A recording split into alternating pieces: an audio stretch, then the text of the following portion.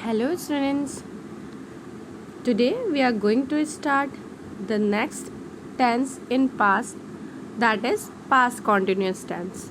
In the previous video we have learned about simple past. Now we are going to study about past continuous tense, its rule and its uses.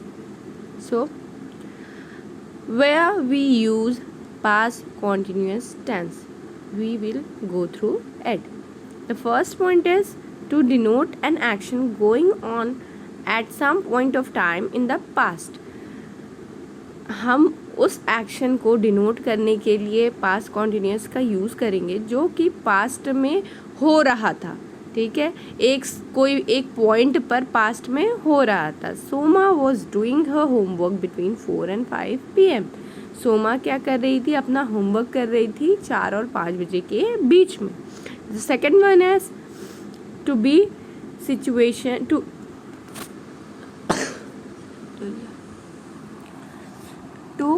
describe situations or actions that had started at some point of time but had not ended at the time it is referred to.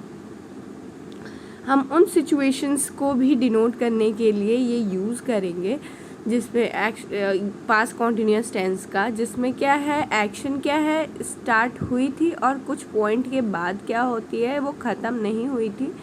तो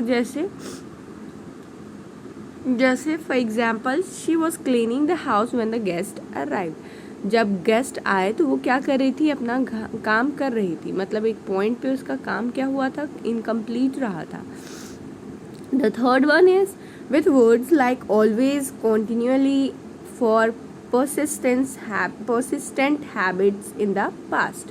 हम ये word जैसे always है, continually है, ये सारे words के साथ पास्ट कॉन्टिन्यूस टेंस का यूज़ करते हैं. किस लिए? क्योंकि ये दिखाने के लिए कि जो कोई एक हैबिट थी किसी भी पर्सन की, वो क्या है, पास्ट में जो ये हैबिट थी, जो लगातार ये इनकी हैबिट रही थी, तो उसको भी डिनोट करने के लिए हम पास्ट कॉन्टिन्यूस टेंस का यूज़ करते हैं. For example I was practising yoga continuously for 3 years.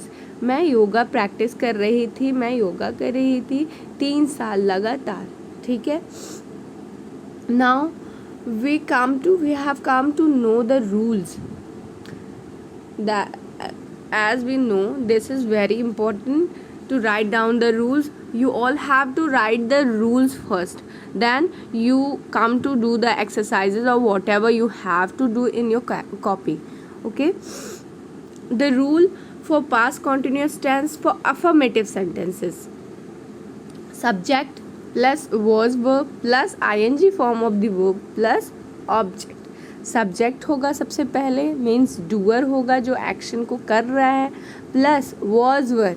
Past continuous में हम वॉज वर हेल्पिंग वर्ब का यूज़ करते हैं. जब हमारा सब्जेक्ट सिंगुलर होता है तो हम वॉज का यूज़ करते हैं. जब हमारा सब्जेक्ट प्लूरल होता है तो हम वर का यूज़ करते हैं. सिंगुलर प्लूरल मीन्स कि जब एक इंसान कोई एक्शन को कंप्लीट कर रहा होगा या एक चीज़ से एक्शन हो रही होगी तो क्या होगा, हमारा वॉज लगेगा हेल्पिंग वर्ब. अगर मल्टीपल मतलब एक से ज़्यादा लोग हैं, एक से ज़्यादा चीज़ें हैं जो कोई एक्शन को कंप्लीट करा रही हैं, तो वो क्या हो जाएगा, हमारा वहाँ पे वर्ब हेल्पिंग वर्ब यूज़ होगा. उसके बाद हमें वर्ब की फर्स्ट फॉर्म के साथ ing ऐड कर देनी है. जैसे कि हमने बताया था प्रेजेंट कॉन्टिन्यूस टेंस में भी हम कॉन्टिन्यूटी को डिनोट करने के लिए, प्रेजेंट करने के लिए हमेशा वर्ब की फर्स्ट फॉर्म के साथ ing लगाते हैं. अगर प्रेजेंट रहा तो इज एम आर लग गया, अगर पास्ट रहा तो वॉज वर लग गया. For example Rita was not writing stories in her notebook. Rita was writing stories in her notebook. Rita अपने नोटबुक में स्टोरीज लिख रही थी. नेगेटिव, हमें सिंपली पता है कि हमें अगर नेगेटिव बनाना है तो जस्ट हेल्पिंग वर्ब जो होगी हमारी उसके बाद में हमने नॉट यूज़ कर देना है, rest of the sentences same रहेंगे, एज इट इज़ रहेंगे। बस हमने क्या करना है, जो हेल्पिंग वर्ब है उसके आगे हमने नॉट यूज़ कर देना है, जैसे subject plus was verb plus not plus ING form of the verb plus object.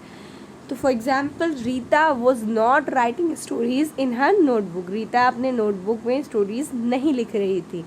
Interrogative sentences, as we all know, we have to write the helping verb firstly or at the first, then the rest part of the sentences has to be written. हमें पता है कि interrogative sentences में हमें helping verb को क्या कर देना होता है, सबसे आगे लिख देना होता है। उसके बाद जो sentences rest part of the sentences होंगे वो उन्हें पीछे लिख देंगे और हम क्वेश्चन मार्क पुट कर देंगे लास्ट में। जैसे was Rita writing stories in her notebook, क्या रीता स्टोरीज लिख रही थी अपनी नोटबुक में।